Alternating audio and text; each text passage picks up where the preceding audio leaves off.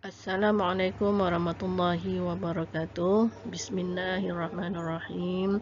Allahumma aftah alaina hikmataka wansyur alaina min khazaini rahmatika ya arhamar rahimin. Baik, pagi ini kita akan belajar unit 18 Mesra'i Alam. Tajuk jimatkan elektrik. Kemahirannya tata bahasa iaitu ayat tanya dengan kata tanya. Baik, murid-murid, kita lihat dulu apakah dia ayat tanya. Ayat tanya ialah ayat yang digunakan untuk menanya atau menyoal mengenai sesuatu perkara. Terdapat dua jenis ayat tanya, iaitu ayat tanya tanpa kata tanya. Contoh, Salma dan Zurin hendak datang. Kamu sudah makan? Mereka yang tanam pokok itu? Buku yang ini atau yang itu? Itu semua contoh ayat tanya tanpa kata tanya. Yang kedua, ayat tanya dengan kata tanya. Contoh ayat, mengapa dia datang? Apakah yang ada di dalam bilik itu? Kamu tinggal di mana? Siapa nama ayah kamu? Siapa? Bilakah tarikh kemerdekaan negara kita? Itu semua contoh ayat tanya dengan kata tanya. Dan apabila menulis, pastikan letak simbol tanda soal di hujung setiap ayat tanya. Ayat tanya dengan kata tanya.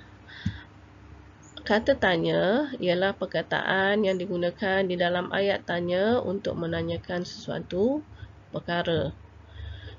Kata tanya boleh diletakkan di awal, di akhir ataupun di tengah ayat. Contoh kata tanya ialah apa, bila, siapa, mana, mengapa, berapa dan bagaimana. Lihat ya. Apa digunakan untuk menanyakan tentang benda ataupun haiwan. Contoh ayat, apakah yang ada di dalam bakul itu? Judul buku itu apa? Yang kedua, siapa? Siapa digunakan untuk menanyakan orang atau nama orang. Contoh, siapakah yang menanam pokok itu? Yang makan nasi itu siapa? Berapa digunakan untuk menanyakan bilangan, jumlah atau harga. Contoh ayat, berapakah harga sehelai baju ini? Adik-beradik kamu ada berapa orang? Baik, seterusnya mengapa. Mengapa digunakan untuk menanyakan sebab. Contoh, mengapakah dia datang? Adik kamu menangis mengapa? Yang kelima, bila digunakan untuk menanyakan masa dan waktu. Bilakah tarikh kemerdekaan negara kita? Dia hendak datang bila? Yang keenam, mana digunakan untuk menanyakan tempat. Contoh ayat, di manakah pakcik kamu tinggal? Kamu hendak ke mana selepas ini? Yang ketujuh, bagaimana digunakan untuk menanyakan keadaan atau situasi sesuatu perkara dan juga cara untuk melakukan sesuatu perkara.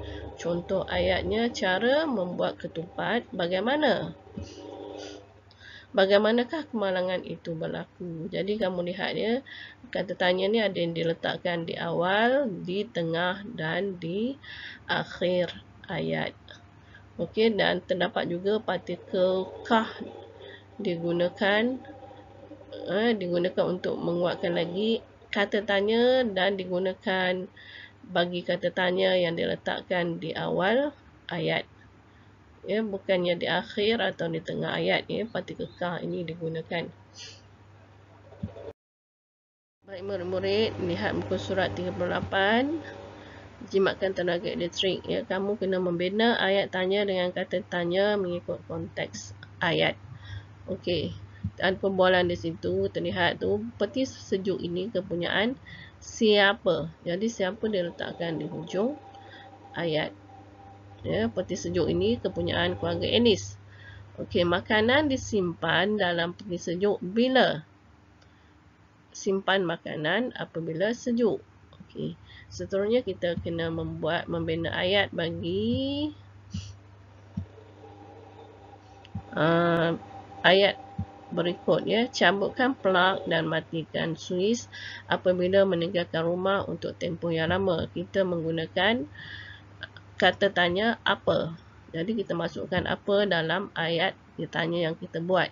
Apakah yang diperlukan? Apakah yang perlu dibuat apabila meninggalkan rumah untuk tempoh yang lama? Okey, itu ayat tanya dia. Seterusnya, letakkan makanan di dalam bekas yang bertutup sebelum disimpan.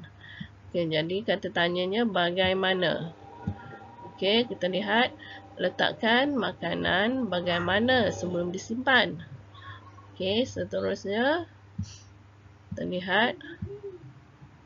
Pintu saya tidak boleh dibuka dengan kerapnya.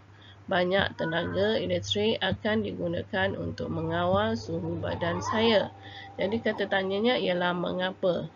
Berdasarkan ayat penyata ini, kita bina ayat tanya menggunakan perkataan mengapa. Contoh ayatnya seperti ini.